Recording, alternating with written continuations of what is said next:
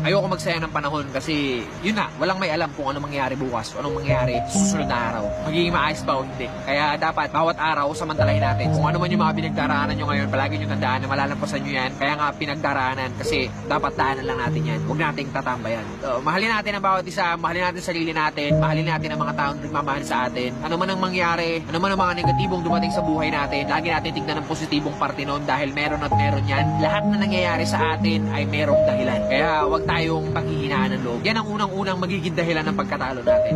Kung isa kayo sa mga nagsistruggle sa kung ano yung gusto nyo gawin sa buhay, ano yung pangarap nyo sa buhay, gawin nyo lang yung gusto nyo. Minsan, marami tayong pangarap pero dahil sa sobrang iniisip natin yung sasabihin ng iba, nalilimitahan tayo. Maging malaya tayo sa sarili nating kaisipan. Maging malaya tayo sa sarili nating puso. Maging malaya tayo sa sarili nating galaw.